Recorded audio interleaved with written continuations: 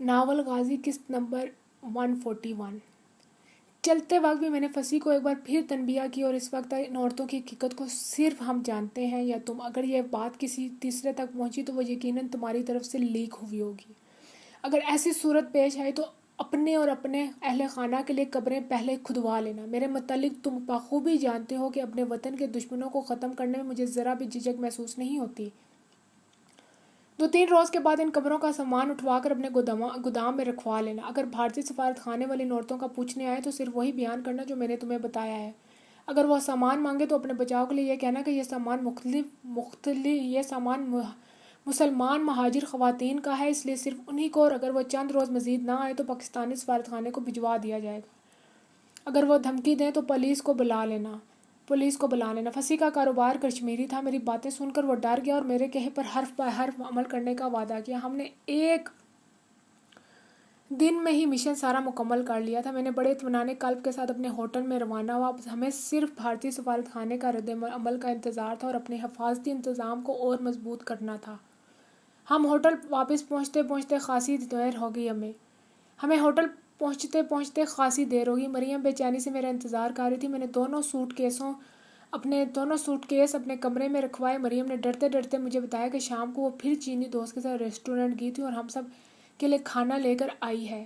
اس نے ریسٹورنٹ کے باہر یہ بورڈ بھی لکھوا دیا ہے کہ ریسٹورنٹ چند روز کے لیے بند رہے گا۔ اس نے ریسٹورنٹ کے چوکیدار کے ذریعے مزید 3 نیپالی چوکیدار بھی بلوائے تھے جو کل صبح انٹرویو کے لیے ہوٹل میں آئیں گے۔ کھانے کے بعد میں نے مریم کو بتایا کہ چمن لال کو بھی ٹھکانے لگا دیا ہے۔ میں نے اسے اپنی ٹانگ کے زخم اور گھٹنے کے درد کے متعلق بھی بتایا۔ وہ فوراً اپنے کمرے سے بام لے آئی اور میری ٹانگ پر لگا کر آہستہ آہستہ مساج کرنے لگی۔ میں سارے دن کا تھکا ہوا تھا، درد بھی ختم ہو گیا اور بہت جلد ہی میں سو گیا۔ اگلے روز ناشتے سے فارغ ہو کر دونوں چینی ساتھیوں کی موجودگی میں ہم نے سوٹ کیس کھولے۔ چمن کے سوٹ کیس میں سے اس کے کپڑوں کے علاوہ ٹرانسمیٹر کی کوڈ اور ڈی کوڈ کی کتاب، پسٹل، گولیاں، اسلام آباد میں بھارتی سفارت خانے میں اس سے کانٹیکٹ کرنے والوں کے نام، بھارت سے ڈاک لانے والے اور لے جانے والے کے ساتھ پہلی میٹنگ کی جگہ اور دن، وقت، اور پاکستان میں بھارت کے ان ہمدردوں کے نام جن سے بوقت ضرورت ہر قسم کی مدد لی جا سکتی ہے۔ پاکستان کے حساس مقامات کی تصویریں، نقشے، غرض جاسوسی کے لیے تمام ضروری اطلاعات موجود تھیں۔ 2 بہت چھوٹے کیمرے اور ٹیپ ریکارڈر بھی تھے۔ سوٹ کیس میں سامان کے رکھتے وقت مجھ سے وہ ڈبے کھل نہ سکے تھے، اس لیے انہیں بھی سوٹ کیس میں رکھ لیا تھا۔ اب غور سے دیکھنے پر معلوم ہوا کہ ڈبے نچلے حصے میں بنی ایک پیچیدہ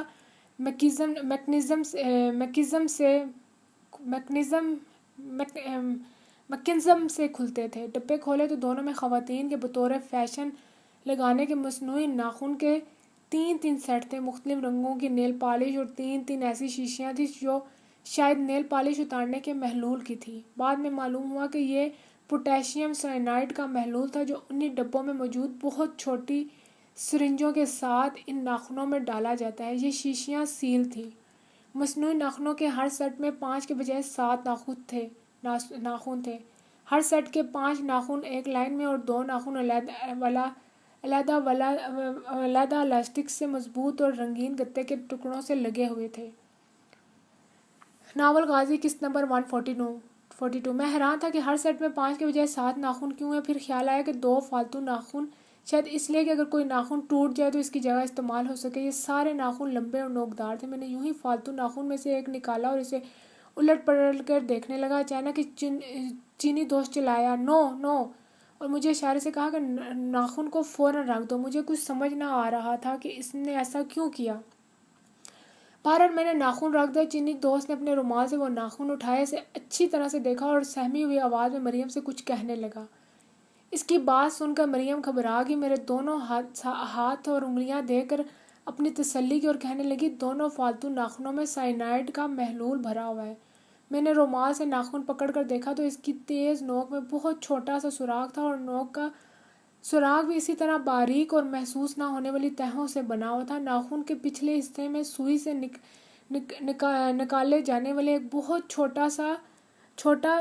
چھوٹا کارک لگا ہوا تھا اور نوک کا سوراخ بھی اسی طرح کے ایک کارک سے بند تھا۔ یہ ناخن لگانے والی جب چاہتی ناخن کے نوکیلے سرے پر لگے کارک کو ہٹا کر کسی کے جسم پر ناخن سے ذرا سی کھرونچ ڈال کر سائنائڈ جسم میں داخل کر کے اسے ہلاک کر سکتی تھی۔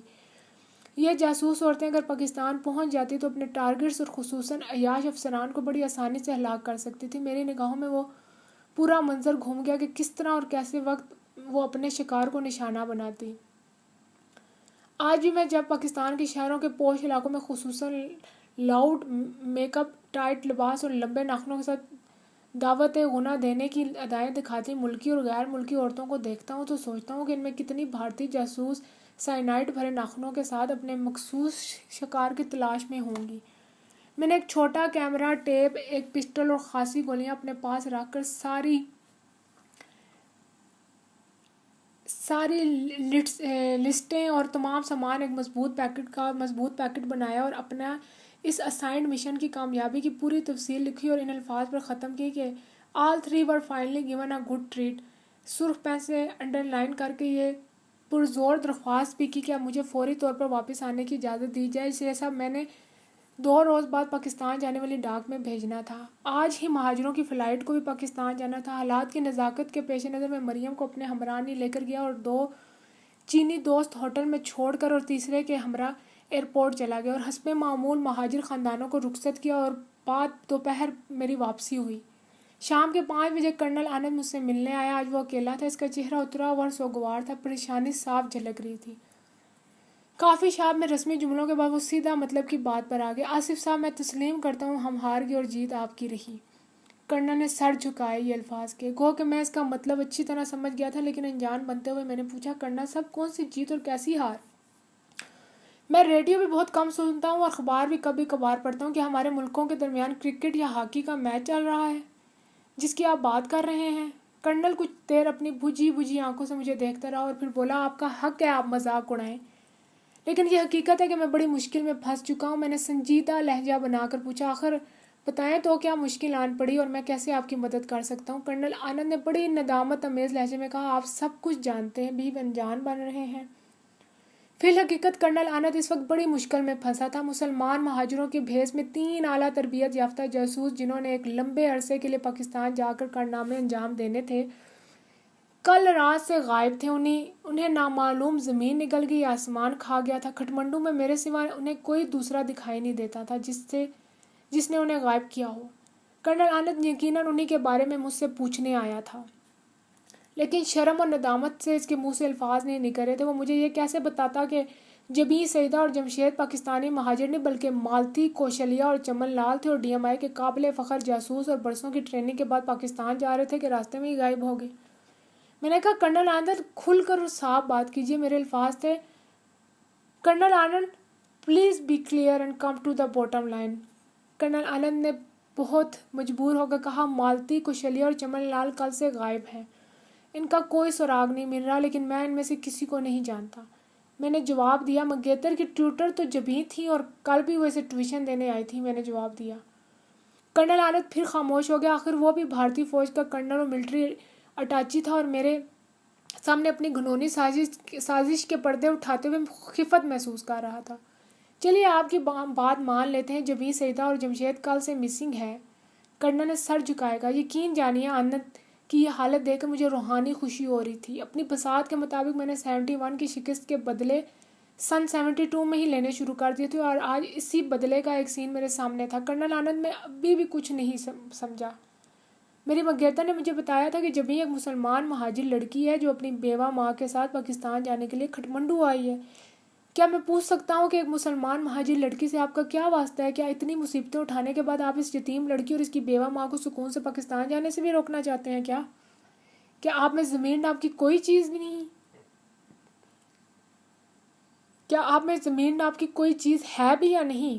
میں کرنل پر برس پڑا اور کرنل کا یہ حال تھا کہ اس کی گردن جھکتی ہی جا رہی تھی۔ میں کرنل آنند کو نہ تو یہ بتانا چاہتا تھا کہ تینوں بھارتی جاسوسوں کو میں نے ہلاک کیا ہے اور میں ان کے متعلق کچھ جانتا ہوں، اور نہ ہی اسے ان کی طرف سے بالکل مایوس کرنا چاہتا تھا، کیونکہ ایسی صورت میں بھارتی سفارتخانہ اپنے پورے وسائل کے ساتھ مجھ پر حملہ آور ہوتا۔ اب تک کھٹمنڈو میں تمام جارحانہ اقدام میں نے ہی کیے تھے۔ اللہ پاک کی رحمت پر یقین کامل کے علاوہ میرے مادی وسائل صرف 3 چینی دوست تھے، اور اب حالات ایسے نازک موڑ پر آ پہنچے تھے جہاں مجھے اپنے علاوہ مریم اور اس کے والدین کی حفاظت بھی کرنی تھی۔ ان حالات میں ان بھارتیوں سے میرا مزید الجھنا ہم سب کے لیے بہت خطرناک ثابت ہو سکتا تھا۔ کرنل آنند کو میں امید و بیم کی کیفیت میں رکھنا چاہتا تھا۔ میں نے دھیمے لہجے میں اسے مخاطب کرتے ہوئے کہا، تم واقعی بہت سنجیدہ اور پریشان دکھائی دیتے ہو۔ سب سے پہلے تو تمہیں یہ یقین دلاتا ہوں میں کہ جن 3 پاکستانی یا بھارتی لوگوں کی تمہیں تلاش ہے، ان کے متعلق میں کچھ نہیں جانتا۔ ان کی گمشدگی کے متعلق اگر تمہیں کوئی علم نہیں تو پھر ایک نہیں بلکہ کئی امکان ہو سکتے ہیں۔ یہ بھی ممکن ہے کہ تمہارے سفارت خانے کے کسی فرد یا تمہارے کسی نائب نے تم سے دشمنی کی وجہ سے انہیں غائب کیا ہو۔ یہ بھی ممکن ہے کہ کسی خاص مقصد سے یہ تینوں خود اپنی مرضی سے کھٹمنڈو سے چلے گئے ہوں۔ تیسرا امکان یہ بھی ہو سکتا ہے کہ شک پڑنے پر کسی پاکستانی گروپ نے ہی انہیں اغوا کیا ہو۔ کرنل آنند پوری توجہ سے میری باتیں سن رہا تھا اور کہنے لگا، میرے ماتحتوں میں میجر باسو سے میری نہیں بنتی اور میں نے اس کی خفیہ رپورٹ میں اس کی ناقص کارکردگی کے متعلق تفصیلاً لکھا ہے۔ اپنے سفارت خانے کے تمام افراد کو میں بخوبی جانتا ہوں، وہ یہ کام کرنے کے اہل ہیں۔ پاکستانی نیٹ کے متعلق اسی ہوٹل میں ہماری پہلی ملاقات میں میں نے تمہیں کہا تھا کہ ہم تو صرف ڈمی ہیں، کام تو دوسرے گروپس کرتے ہیں۔ تمہارا تو ان سے رابطہ ہے، بھگوان کے لیے ان سے تینوں کے متعلق پوچھو۔ میرا سفارت خانہ ان کی رہائی کے لیے 20 لاکھ روپے فوری ادا کرنے کو تیار ہے۔ تمہیں میں یہ بھی یقین دلاتا ہوں کہ ڈی ایم آئی تمہاری جرات اور بہادری سے بہت متاثر ہے۔ اگر تم چاہو تو بھارت میں تم نے جو کچھ کیا ہے اسے بالکل بھلا کر تمہیں بھارتی شہریت کے علاوہ لاکھوں روپے اور ڈی ایم آئی میں ہی اعلیٰ عہدہ دیا جا سکتا ہے۔ اگر ایسی صورت میں تمہاری فیملی کو بھی بھارت بلوانے کے انتظام کر سکتے ہیں ہم، جہاں تم ایک نئی اور خوشحال زندگی شروع کر سکتے ہو۔ اگر میری باتوں پر تمہیں یقین نہیں تو اسی ہوٹل کے فون سے تمہاری بات اپنے سفیر سے کرواتا ہوں۔ اس کی گارنٹی پر تم ہمارے سفارت خانے چلو۔ اگر کسی وجہ سے تم سفارت خانے میں نہیں جانا چاہتے تو سفیر سے اس کی کوٹھی پر ہی ملو، وہ تو سفارت خانے سے باہر ہے نا۔ سفیر سے تمہاری بات ہو جائے گی، تمہاری میزبانی سے وہ فخر محسوس کرے گا۔ میں دل ہی دل میں کرنل آنند کی اس فراغ دلانہ پیشکش پر ہنس رہا تھا۔ بھارتیوں کی میزبانی سے میں ڈی ایم آئی میں حراست کے دوران پوری طرح سے لطف اندوز ہو چکا تھا۔ جہاں تک سفیر کی رہائش گاہ کا تعلق تھا تو مجھے اچھی طرح سے علم تھا کہ کسی سفیر کی رہائش گاہ بھی جہاں جھنڈا لگا ہو اسی ملک کا حصہ تصور ہوتی ہے۔ کرنل آنند شاید اس غلط فہمی میں مبتلا تھا کہ جیسے اس دور کے پاکستانی حکمراں اور وزارت خارجہ کے سیکرٹری لیول کے افسران بھارت سے اچھے اور دوستانہ تعلقات قائم کرنے کی دھن میں دماغ اور سوچ سے عاری ہو چکے ہیں، ویسے ہی سب پاکستانی بھی تھے۔ قسط نمبر 143 ناول غازی۔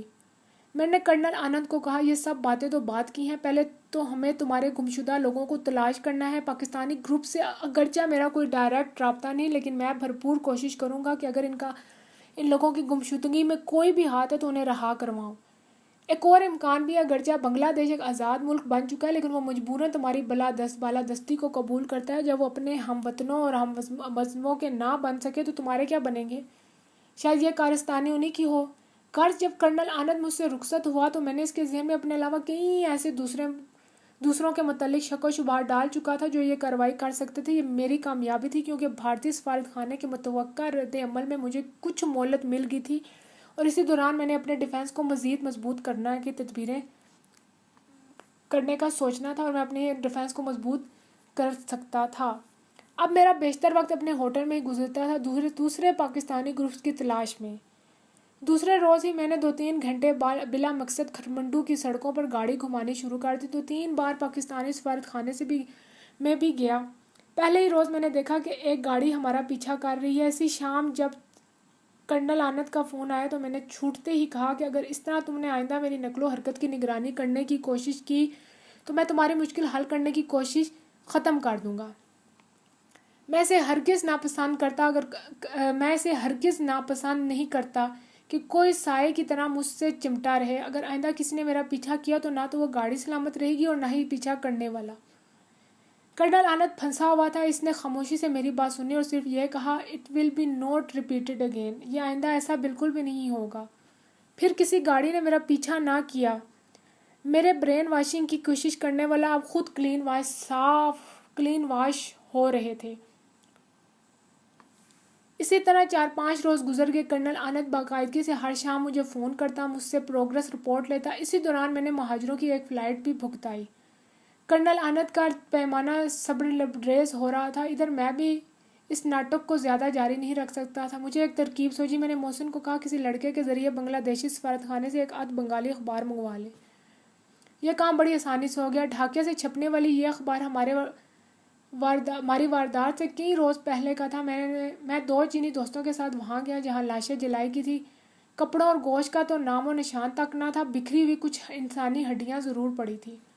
میں نے اخبار توڑ مروڑ کے ہڈیوں سے قدرے فاصلے پر ایک جھاڑی میں ایسے پھنسایا کہ یہاں آنے والے کی نظر اس پر پڑ جائے. یہ کام کر کے ہم واپس لوٹ آئے. اگلی صبح میں نے کرنل آنند کو فون کیا اور کہا فوری مجھ سے آ کر ملی اور آدھے گھنٹے میں کرنل آنند آ گیا. میں نے اسے کہا ابھی تک مجھے اس معاملے کی کوئی کامیابی تو نہیں ہوئی لیکن میرے انفارمرز نے مجھے بتایا کہ چین جانے والے مین روڈ پر تقریباً 50 کلومیٹر کے فاصلے پر ایک کھائی میں انسانی ہڈیاں اور 3 کھوپڑیاں پڑی ہیں. انہوں نے بنگلہ دیشی سفارت خانے کی ایک گاڑی کو بھی اس طرف کئی بار جاتے دیکھا ہے. مجھے کچھ شک سا ہوا اور تمہیں بتا دی. اگر آگے تم جانو تمہارا کام. آنند نے مجھ سے اس جگہ کی صحیح لوکیشن پوچھی تو میں نے کہا یہ تو میں نہیں جانتا. مجھے صرف یہی معلوم ہوا ہے کہ اس سڑک پر 50 کلومیٹر کے سنگ میل سے ذرا آگے بائیں جانب گہرائی میں ہڈیاں وغیرہ پڑی ہیں. اس کے ساتھ ہی میں نے کہا کہ اڑتی ہوئی یہ بھی خبر سنی ہے کہ 3-4 روز قبل جمی اور اس کی والدہ گھورپور سے لکھنؤ جانے والی ٹرین میں دیکھی گئی ہیں.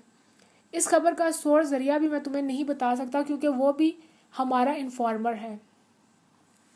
اگلے روز شام کو کرنل آنند میرے ہوٹل آئے. اس نے بتایا کہ ہڈیاں اور کھوپڑیاں مل گئی تھی جنہیں وہ اپنے ہمراہ سفارت خانے لے گیا ہے. مردانہ جوتے کا ایک پیر بھی ملا ہے اور ایک بنگلہ دیشی اخبار بھی جو جھاڑیوں میں پھنسا ہوا تھا. ہم نے ہڈیاں وغیرہ دہلی بھیج دیں تاکہ دانتوں کے لیبارٹری ٹیسٹ سے ہمیں کچھ تو آگے بڑھ سکیں. کرنل آنند نے اس موقع میں مجھے کئی بار کہا کہ میں پاکستانی گروپ سے پتہ چلاؤں کہ یہ تینوں ان کی حراست میں تو نہیں. نامعلوم کرنل آنند کو ان کے زندہ ہونے کا اتنا یقین کیوں تھا. اس کی وجہ مجھے یہ محسوس ہوئی کہ وہ سوچتا ہوگا کہ ڈی ایم آئی کے اتنے تربیت یافتہ اور قابل فخر 3 جاسوس ایک ہی دن میں کیوں کر ہلاک ہو سکتے ہیں. وقتی طور پہ تو کرنل آنند سے میرا پیچھا چھٹ گیا تھا. مجھ پر مرکب اس کی سوچ کو میں